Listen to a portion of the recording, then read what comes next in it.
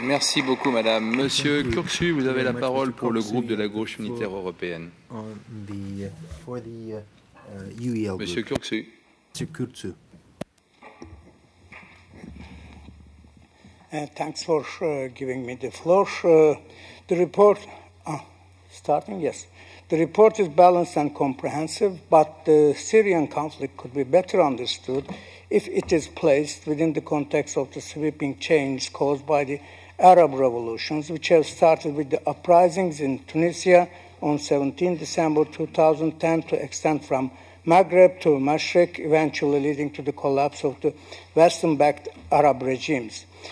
The Arab Spring, concocted by the US and European mainstream media in order to void the social change in North Africa and Middle East from its revolutionary content, is indeed that what have remained after the robbing of the Arab peoples of their revolution by the major political allies of imperialism in these countries, namely the armed forces and the political Islam.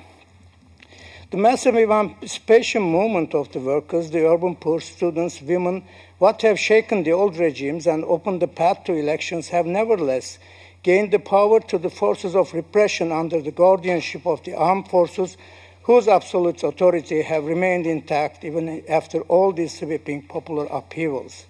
On the other hand, in Libya, the central link in the chain of North African countries, where such an emancipatory mass movement did not exist, the US-led international community, namely the NATO, oversaw a joint military intervention to push the local reactionaries to power in order to replace Gaddafi's dictatorial regime.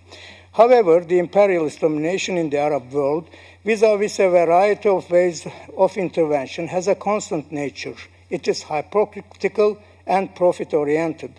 Libyan leader Gaddafi was one of the best friends of Turkish Prime Minister as well as that of Italy, but they would not mercy him once the US decided to start military attack on Libya, and they followed on his footsteps for regime change. But in Bahrain, in Yemen, in Qatar, masses are out in the streets fighting for democracy, but we hear no US backing or no Turkish backing because these are not countries of strategic import. Thus, we are totally against US and foreign intervention in Syria after the Libyan example. Obviously, the Assad regime is a ruthless dictatorship, but it always was. It was a dictatorship even when Turkish Prime Minister called him a brother in 2010. Therefore, it is hardly convincing that the major concern of the West is democracy as such, but strategical interests. Therefore, we urge that the Council of Europe uses its influence for a peaceful outcome to the Syrian crisis, that Turkey refrains from nesting Free Syrian Army who commit human rights violations and crimes against humanity. We urge that the Council of Europe works in the direction of a new Syria based on a multi-ethnic, multi-religious democracy, pluralism, rights of women, and rights of labor, that the Syrian peoples, including the Kurds, enjoy their rights to self-determination. Thank you. Merci, Monsieur Hörster.